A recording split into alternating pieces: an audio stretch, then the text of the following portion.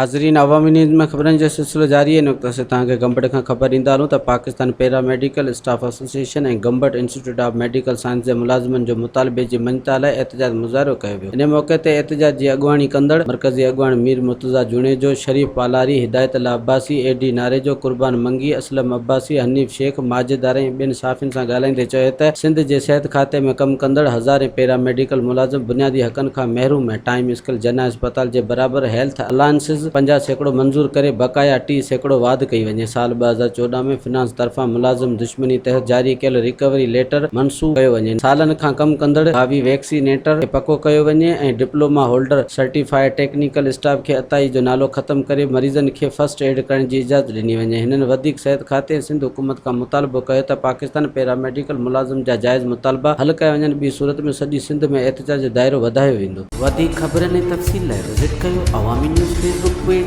YouTube page ऐं अवामी news website.